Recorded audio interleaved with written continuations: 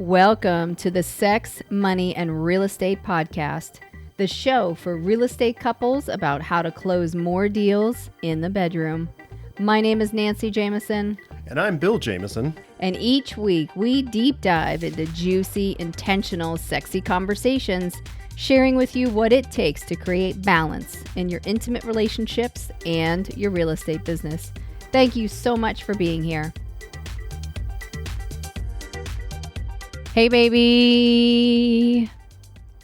Hello, baby? Wait. Hello, baby? No, that was supposed to be German. Hello, baby. No, I can't say this in German. I can't say it. The only German that I know is Bach Schnell. Hello, baby. Where geht's du? Okay. That's like, how you doing? Okay. Okay, so my Bach Schnell means shut up. Oh. So I don't want to say that to you. The one Russian word I know is horosho, which means very good. Oh, okay. Horosho. We are multicultural today here on the Sex, Money, Real Estate Podcast, and a little goofy. So if you're wondering or not, you are in the best place for you right now if you're interested in all things sex, money, and real estate, and just really creating joyous, abundant, mature relationships. So thank you so much for being here, Jam Fam. We appreciate you. We love you. We honor you. And, we start off every episode with magic. And magic. You mean that ability to influence self, others, and life in an empowering way? Yes. That kind of magic? That magic. Yes. Because when you focus on magic, then many more magical moments are created in your life. What you focus on expands. So we love sharing magical moments. So that's why we start off every show, sets the stage and intention for a very empowering conversation. And what is your magic for today, love? Well, I'm going to go with, I have lots of magic, and I'm going to go with our own intentions for the last week and a half, something like that. As everybody, our longtime listeners know, we, Nancy and I have a orgasmic meditation every Monday that is, it's production focused, it's business focused. And, there's some personal stuff in there too, some great intentions for sure. But, we focus also on coaching clients, buyers, sellers, closings, that kind of stuff. And podcast reviews, downloads, any of those things. 5-star reviews, mind you. Yes. And, our own intentions over the last couple of weeks have helped to create some referrals for us. A lot. Yeah, we had 2 listing referrals, and you've actually already gone on those listing appointments and signed contracts. Yep. And 2 buyer referrals, and then an outbound referral to Anchorage, Alaska, which is awesome. And a coaching client referral too. Yep. So all amazing productivity type of things coming up for sure. It's awesome. I'm excited. It is. It's beautiful. It's a fabulous example and testament to us utilizing the sexual energy to power our business and our life and all of our wheels. And so it's super important to connect those dots, those results with the OM intentions or with sexual intentions just in general. So that's beautiful magic. Thank you. I appreciate it. I bet you have some magic too. I do. What you got? Have some magic. Tell us about that. All right, so my birthday was on Tuesday. You don't say. And it's your birthday month. It is true. My actual birthday was on Tuesday, which is the 19th. Yep. And so it's been a glorious week for sure, and it's still continuing. I really appreciate all of the phone calls and text messages and Facebook messages and videos and songs and gifts and flowers, and it's so humbling, and I really appreciate my connection with all of the people that I know. And it says something when one of your high school boyfriends reaches out to you and says, "Hey, happy birthday." And I just really appreciate the healing around all of those conversations. And so it's been amazing. It's been really amazing. I had, the boys and you came out in all of your glory and balloons and again, flowers and breakfast and all kinds of stuff. So candles, just really beautiful things, really beautiful. So I feel very loved, very full, very abundant. And yeah, it's just very blessed and favored for sure. So, Nice. and then within all of that, we had a music video That's right. shot at our house. Like one of the scenes of their music video was shot at our house on Tuesday afternoon. So in the midst of the birthday celebration, there's cameras and lighting and makeup artists and A band musicians and- and and extras and and all kinds of stuff. So Bill and I are in a music video. The band is called 3D The Boss. My hair is pink. Your hair is not pink. Oh no, it's not. That's the other video. Yeah. and so it was super fun. It was just really beautiful to have all of that energy in our house. And man, they were in and they were out. Like they came in So well orchestrated, right? and it was like effective, shot, and then they were out. And then Like how many scenes do you think they filmed? 1, 2, I mean, it was 3, 4, at least 4 or 5 least. scenes. Yeah. And I mean, it couldn't have taken more than a couple hours. No, because we were out and then we went out and had we went to Mexican for dinner for my birthday dinner. So delicious. it was a whirlwind for sure, and it was just so great. It was so great. So we took some footage, and so it'll be up on our Instagram if you guys want to take a peek at it. So at Sex Money Real Estate on Instagram. Yeah, it was so cool. It was so much fun. It was so much fun. And the funny part was the neighbors, all the equipment going in and out of the house and doors open and just all the neighbors, with that little crooked cocked, Like, what are they neck. doing Like, over yeah, there? what's going on over here, guys? What's going on? Yeah, it was it's awesome. Really cool. It was fun. Yep. Cool. Well, happy birthday. Thank you. You're welcome. Thank you You're very welcome. much for honoring me. You're welcome. Mm-hmm. My pleasure. All right, so let's dig into the meat of it, shall we? Mm-hmm. What are we talking about today, baby? So we're talking about rock bottom, and like, do you have to hit rock bottom? Is really the question. Like, why do you choose to hit rock bottom? And if you choose to hit rock bottom, what are the lessons out of hitting rock bottom? So maybe first off, what is rock bottom? Like, what would you classify rock bottom as? Oof, man, rock bottom. That is what is rock bottom? That is like the ego in full flight, full puffed up, chest out, and not hearing anything else but what makes you right at the time, and yet nothing, quote unquote, is working out for you. Mm-hmm. And I would say that rock bottom is when you get into that blame thing that's so great that everything is outside of you.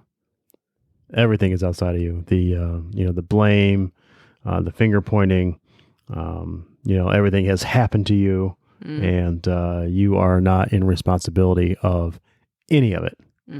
Rock bottom. Okay. How about you? Anything else come up for you around it? I'm with you. I feel like hitting rock bottom is definitely a choice, and sometimes it's an experience that you naturally want to go through. Like maybe you want to experience rock bottom secretly in the unconscious part of you that you think or maybe hopes will propel you into action of some sort or jog you and jostle you so much that you catapult out of that egoic mindset, if you will. So if you hit rock bottom, it's like, whew, okay, cool. Here I am. And then now what? So it is interesting. I do feel it's a choice. I remember having a coaching client conversation not too long ago, and I said to her, I'm like, you don't have to hit rock bottom in order to experience what rock bottom feels like. And so she had no transactions under contract. She had no clients, nothing. Like nothing was in the pipeline, nothing was under contract, nothing. And had no closings for a couple of months now. And then, so she's, she had her emergency fund, if you will, and like, a couple of months stashed away, but she was like, look, I'm behind in my bills and all of those things. I mean, I'm sure anybody who's been commission check to commission check or paycheck to paycheck has experience in this and like can really get with what I'm saying. But I said, just sit with it for a second, like really sit in the feeling of hitting rock bottom. Like what has to happen for you to feel like you've hit rock bottom? Okay, well, I get evicted or my lights get shut off or I can't use my credit cards or I have no money in my bank account and then or I'm living in my car. And so she started really going down this path and like really getting into the feeling of all of these things. And then she was like, oh yeah, no, I don't want to experience that. And so she decided not to experience it, but she got into the feeling or the emotion of hitting rock bottom. And I'm air quoting here, without ever having to feel or be at rock bottom. So you're saying you don't have to hit rock bottom, yet you need to identify what rock bottom is. Yeah, I think that that is definitely something that you can, that is an exercise that you can put yourself into to stop the momentum of actually hitting rock bottom. And I remember going through an exercise with, this is years ago, with James Ray. What was James Arthur Ray? Is that what James Ray? Yeah, James Arthur Ray. Yep. So he had an exercise, and you can Google him. He's a motivational guy. But he had an exercise, and it was the lady around experiencing like going through a foreclosure. And so he took her through what it would be like to go through a foreclosure and like what would happen. And then ultimately she didn't need to go through the foreclosure. Right. To have an understanding of what it was like to go through the foreclosure. To create the feelings of the foreclosure without going through the foreclosure. Yeah. Yeah. Yeah, that's beautiful visualization for sure. So that's what I think about it. And, if I'm going to think about personal experiences and relate it back to me, there's two. There's two things for me. There's one, about a year and a half ago, I was going through doctor's appointments and OBGYNs, and I had a lot of extra bleeding. Like I was bleeding for 6 weeks straight. Right. I thought this menstruation cycle is going crazy. And so there was definitely doctors and biopsies and all different kinds of appointments and that kind of stuff. And then ultimately what was discovered was that they had recommended, there was precancerous cells on my cervix and they wanted to remove half of my cervix. And I was like, oh, hell no. And, I personally don't want to have any surgery or anything removed on my body and prefer to at least have the ability to heal it myself first, energetically or with lifestyle or exercise or consciousness habits and mindsets and those types of things. And so I remember distinctly being on the treadmill at the Y, and you were on the right and Lucas was on the left, and we were all running, and Rex was in karate. And I'm going through this moment of like, oh my gosh, I created cancer. And it was really like this poor me moment, like just poor me. And I feel like I was listening to Tony Robbins or Joe Dispenza or somebody on my headset, and I paused it and I looked up "You Can Heal Your Life" by Louise Hay, which is the metaphysical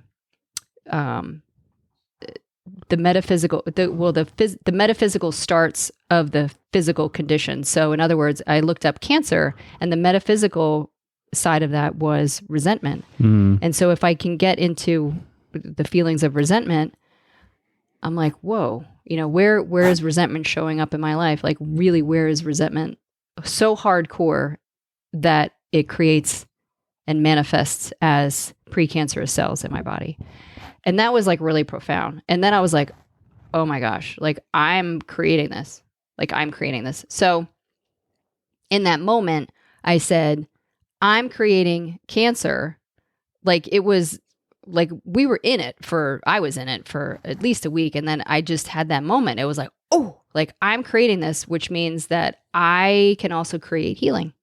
I can create other choices. I can create other outcomes and consequences, and I can heal this thing. And so it really gained momentum in the other way. So you changed your conversation. The pendulum swung in essence. Yep. So I was in that downward spiral. I was, going down the road of, okay, well, if I do need a surgery, or if I do need, how long am I going to be out, and and we need to adjust this on the wills, and blah, blah, blah, blah, like all of this stuff, like just that whole conversation. And then it created awareness. Like it just really created awareness. And I feel like that was the realization point in which, again, we say awareness is the key to change. And so the awareness all of a sudden swung the pendulum in the other way, and it created a possibility for different things, for a different outcome. Beautiful. To your point. Yeah. So. Yeah. I mean, there was a lot of reflection and a lot of what would be the introspection. word? Introspection. Yeah. Mm-hmm. Yeah. And then it was also self-awareness. It would, back to the resentment piece. It's like self-awareness. Like, where am I in the dark? Where am I in denial around things? Where am I moving from that is totally disempowering and a power loss, and creating all of these external circumstances and manifesting? Like it's a lot of self-awareness. It was a lot of self-awareness. And that's a pretty high level of awareness, so I mean, is kudos to you for being able to go there and go deep and wide on the whole thing, and for other context around rock bottom, I think we could also go to, at least for me, we could go to our, we did an episode on this. We did our bankruptcy. Mm-hmm. And that was rock bottom. That was a little more, I think there was just a lot of denial. That's what I was thinking about when we were talking in the beginning. Like, do you, can you be at rock bottom and be in denial? And I'm going to say, now that, we're starting to talk about this and the wheels are turning, I'm going to say yes. You can be at rock bottom and be in denial and about it. And I mean, I guess it seems obvious, but it didn't seem obvious to me in the beginning, because, I mean, I wasn't, let me speak for myself. I wasn't looking at our credit cards. I wasn't looking at our income. I wasn't looking at, the closings or, coming in or that weren't coming in as much, just in denial. It was just a big, thought there was so many other things going on and whatever. So that was a big rock bottom time for me. That was back in 2009. And we did an episode on that. So yeah. Go check that out and listen to all of those lovely lessons that we learned from from that. And so I think that's when we started actually listening to not Joe Dispenza, but who's the other guy? Dave Ramsey. Dave Ramsey. Around financial peace. Yeah. Yeah, absolutely. And then just increasing money habits and those types of things. But that's the self-awareness piece. Mm-hmm. Like you have to become, well, you don't have to do anything, but we choose to become self-aware of our stories that we're telling ourselves that aren't true, or the beliefs that we still hold that will not allow us to move into the next iteration of whatever it is that we're playing for. I mean, you and I say all the time, like, we're playing for greatness. Well, our version of greatness is different than somebody else's version of greatness. Right. And yet, like, our version of greatness, like as an example of that, we are playing to live 125 years plus. And so what are the habits, patterns, beliefs, paradigms that we can imbue that will allow us to have that sustainability? And so again, that's the self-awareness. So the same things that got us to this point, habits, patterns, paradigms, beliefs, are not going to take us to 125. So it's an opportunity to shed those. And then really it's just saying thank you for them, and once the awareness, the self-awareness happens, I feel like at that point, the healing begins. So there's the realization of it, there's the reflection of it, and then those thoughts and things come into consciousness, like truly come into consciousness when it's like, oh man, like I have been doing this. And then at that point, like I feel like that point is the healing point. And then at that point, you can start taking responsibility for your choices. That is taking responsibility. Yeah. Absolutely. Yeah. Mm. Yeah, you see the consequences for your choices. Mm-hmm. Yeah, for sure. And then to your point, like being on the treadmill and going a little bit deeper, you look for that new perspective. Yeah.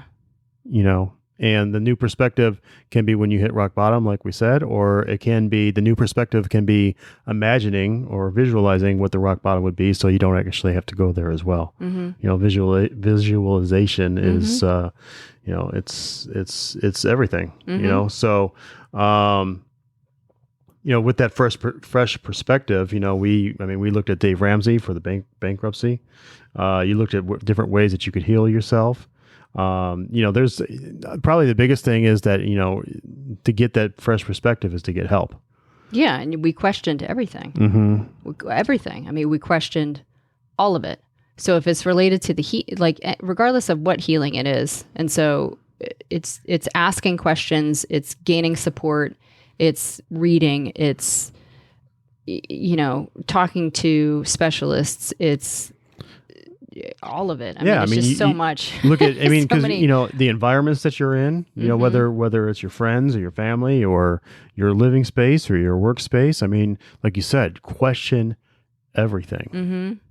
And get into those cracks and crevices also, because that was really the thing too. Like it's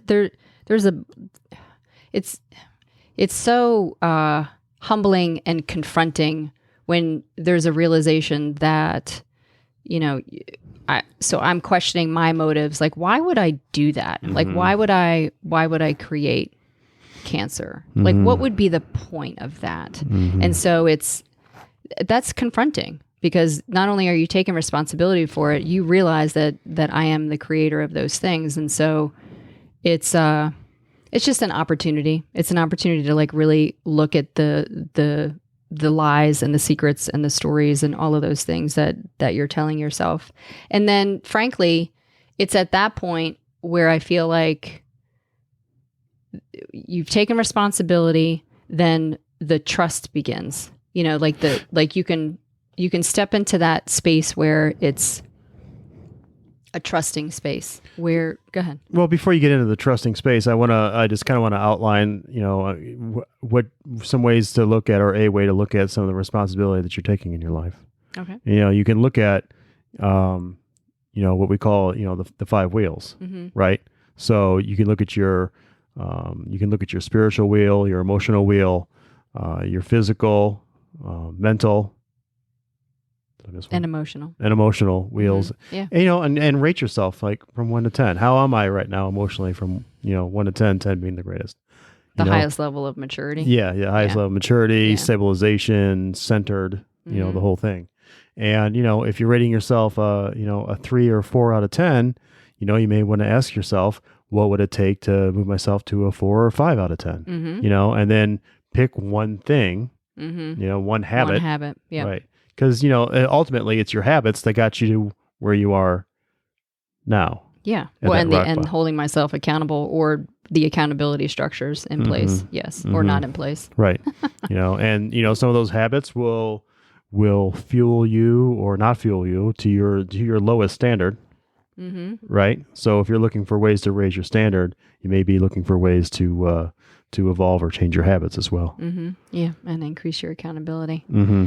And so it's interesting you asked that question, because as soon as you ask that question, how would you rate yourself on a scale of 1 to 10, 10 being the highest? Mm-hmm. That's the very thing that I ask my listing, in my pre-listing qualifications. It's like, how would you rate your house on a scale of 1 to 10? Right. Oh, it's an 8. Okay, cool. Well, what would take it to a 9? Mm-hmm. Tell me what would take it to a 9. So it's the same, in essence, it's the same thought process as well. And yes. just moving yourself up, increasing, adding to your life. Is this, and I feel like when we did an episode on power of choice, that was the question too. Is this habit adding to my life, or is this habit subtracting to my life? And it's I'm sure that we've used this analogy before on this podcast, but it's like steering a boat. 1 degree, if you're heading a certain direction and you're off by 1 degree in the beginning, mm-hmm. it's not a lot. It's not a lot, but over time and over distance, that 1 degree can have an amazing effect, mm-hmm. right? Yeah, you're gonna end up in Iceland instead of Africa. Right. But, on the other side of things, just, you don't have to like move mountains to get out of rock bottom. Mm-hmm. All you got to do is shift things, a habit, choice. one degree or one choice, or one conversation, and see in one conversation and see where that takes you, Mm-hmm. Africa or Antarctica. Mm-hmm. Yep, absolutely. So, And that begins the trust, right? Yeah. Trusting yourself, trusting life, knowing that the universe has your back. Mm-hmm. Yeah, and I feel it's also by asking those questions and again, really being open to receiving the answers, that creates an emotional strength, like an internal emotional strength that I can support myself. And, I created this. That means that I can heal this too. Totally. And like that resolve, that decision that like, oh yeah, hell no. Like, I mean, decide is to cut off all possibilities, suicide, decide, homicide, genocide, like it's to murder, to cut off all possibilities. So, just to decide that you are emotionally strong and to move forward. And then you begin to deposit those deposits in your emotional bank account or your trust account, and you become trustworthy or worthy of trust, or worthy of that trust. And so, courageously speaking your truth, you're stable, you're authentic. It's an internal validation rather than an external validation. Right. Yes, I was just going to say that. Beautiful. Mm-hmm. Yeah. So it is. It's very humbling. How about that? Yeah, so it does create. Yes.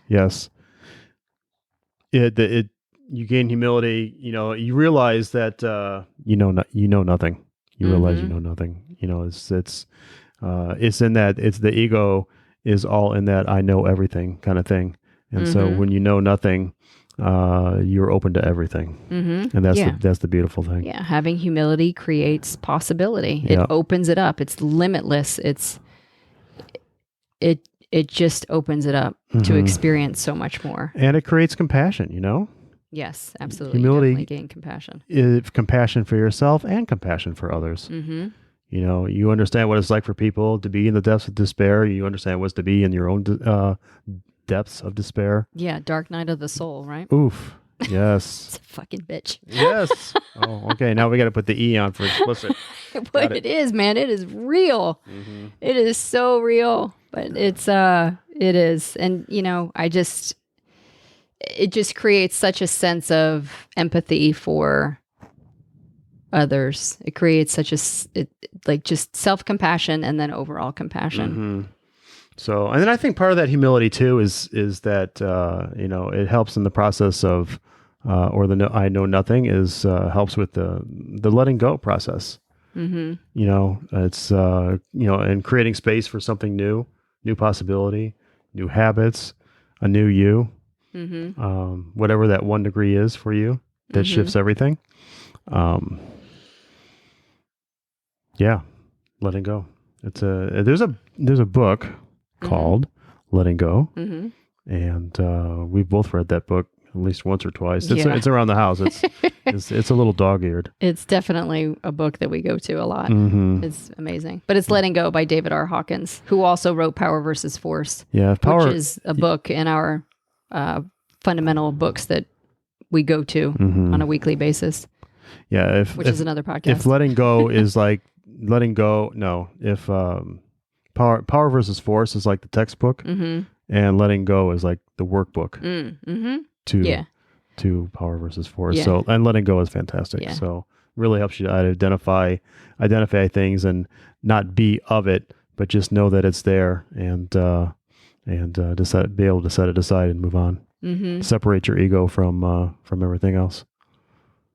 Well, so separate your ego from everything else. And in order to move from rock bottom, you have to let go.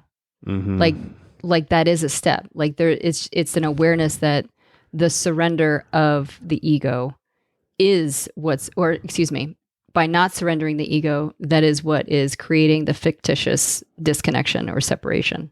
Because you're never not connected. You're always connected. And the ego just wants you to think that you're disconnected. Or special or unique or whatever. Yep. Yeah. And so you letting go and again, we're talking about letting go of habits, letting go of beliefs, letting go of old constructs or context that are holding you in a space that is no longer where you want to be. So it's important. That letting go process is very, very important. It's all a part of the surrender and just the faith of it. And so when you let go, that's actually, that is part of your moving up and like the ascension out of rock bottom, because you're now lighter, because you are no longer holding on to these disempowering concepts, beliefs, whatever. Thoughts, yeah. And you actually begin to ascend. Well, and that's the thing about, hitting rock bottom, whether you visualize it or you're actually there, is it offers context. It's you can't have, night without day. Mm-hmm. True. Full or empty. I mean, you got to have these opposites so that you can know what it is and have a concept around what it is to be at rock bottom versus to be, full of life and feeling the abundance of it and in gratitude. Mm-hmm. Yeah, I mean that is what law of rhythm is. Yeah, I mean rhythm. You're describing law of rhythm. Yes. And so you think of law of rhythm is just like the tides. It's high tide and low tide. It ebbs and it flows. And if you're ever curious about whether or not the law of rhythm is still working, just look at the tides. Just look at the ocean. Right. Because the ocean, as long as the ocean is ebbing and flowing, then so is the law of rhythm around everything else. Yes. Beautiful. And so it's a principle. It's one of the immutable laws. It's the 7 immutable laws. Well, 7 immutable laws, spiritual laws. So it's a principle, and principles are timeless and universal laws that are given to us by God, source, whatever you are calling your spiritual higher power. But that is the process of it. And so eventually it does come back around. It's just, how long do you choose to stay in rock bottom and experience rock bottom before you allow yourself to flow? Yeah. So you could picture, rock bottom as being really in scarcity. It's kind of a scarcity mindset, and the opposite of that would be abundant. And with abundance comes gratitude. So yeah, that would be, I would call that kind of like the end of the journey right there. Not the end of it, but like the, what you're striving for, what your is to be in that abundance, no matter where you are and what you do, to be in that gratitude. I mean, when you have gratitude for yourself and where you are, then, obviously you can, expand that to the rest of the world around you, or it does on its own, because everything is energy and it's beautiful. So, the gems that, you mine in your darkest moments are what gave you the depth, right? Yeah. So it's beautiful. Well, and to be able to be in a space of gratitude, even though you may not fully be out of your funk yet, is definitely inspiring, and it's encouraging, and it's like a hand up out of the pit or the depth of despair, like you're talking about. So even though you may not be fully out of it, it's a beautiful practice to practice gratitude for the very thing that you're going through, because it's a huge tool. It's a huge tool, because ultimately what you're doing is you're taking responsibility for everything that you've created, and the gratitude of the space, and the gratitude of the creation, and the gratitude for the people that show up to help you fulfill your rock bottom experience. Yeah, that's awesome. is a wonderful thing. And, again, it allows you to keep your power, to bounce back, and frankly, share the story, because I mean, we tell the story. So we tell the story about bankruptcy. We tell the story about, my healing journey with these precancerous cells. We tell the story about, our breakdowns and breakthroughs around our emotional journey, or our relationship as our relationship evolves. I mean, we do that to tell the stories, because the breakdown creates context. The breakdown creates grit. The breakdown creates rigor. And then as you're breaking through with it, you are literally more courageous, more wise, stronger, more resilient, more bold, more vivacious than you were before as a result of it. Yeah. Well, when you're in the breakdown, the ego fights, you think you're going to die, and that resilience comes when you realize that, hey, I survived this. I can survive anything, or I can survive the next thing, or whatever it is. So awesome. What, if you were to, go back and think about this conversation a little bit, what were like maybe 2 or 3 key things for you that come up for getting out of rock bottom? Like if you were 2 or 3 or 4 things. So, well, it's definitely the, I don't know if I necessarily, I get that there are things that I want to experience rock bottom on. I just don't know if I necessarily believe that I have to experience rock bottom in order to experience the experience. So that's where I'm toying around with it. So like, you and I personally have been going through a really big evolution in our relationship over the last 6 months. And I do not need to experience rock bottom in order to experience like the heartache or the pressure of that. And so I feel like journaling is a really big opportunity.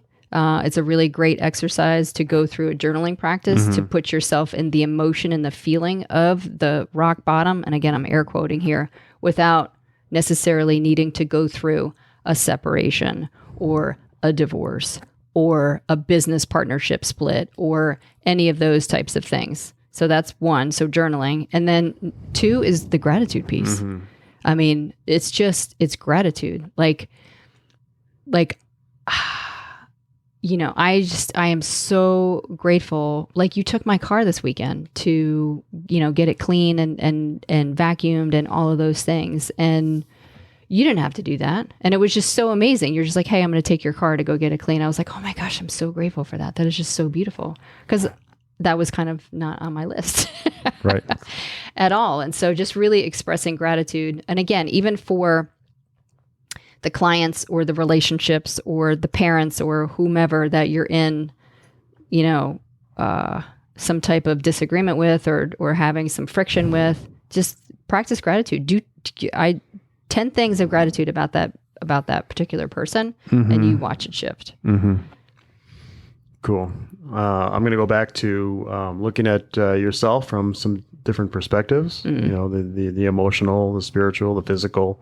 Whatever it is that is coming up for you, or maybe even isn't coming up for you, to get yourself into a, when you're doing the journaling, is to maybe give yourself a little rating once a week, or every couple of days or so, to see where you are, and be honest with it, so that you have a real true line of guideline of where you are, and then what you want to play for, because otherwise, if you don't, and it's fine that you don't, but if you don't, you may not see that you've raised yourself from being at a 3 to being at a 10.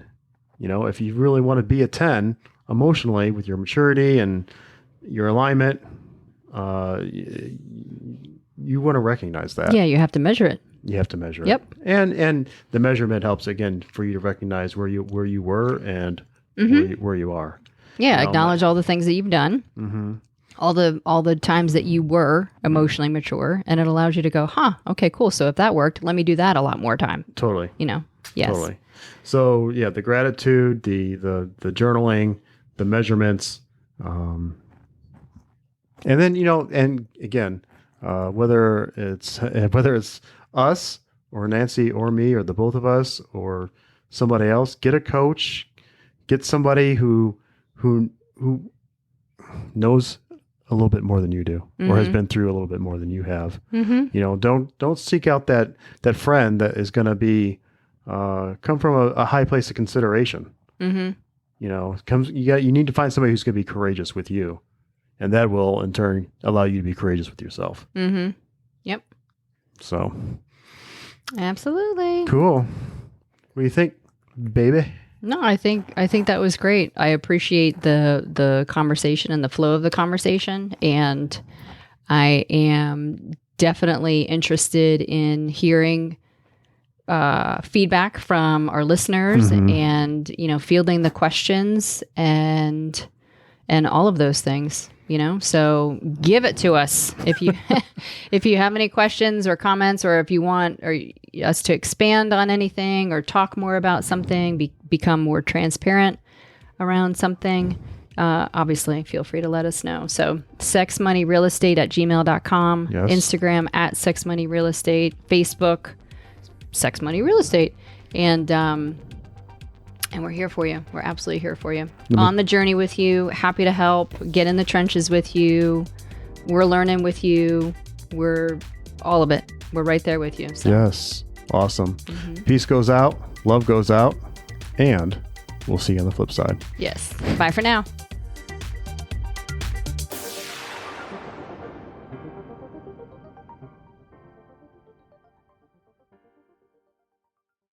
Wow, what a show. Thank you so much for listening.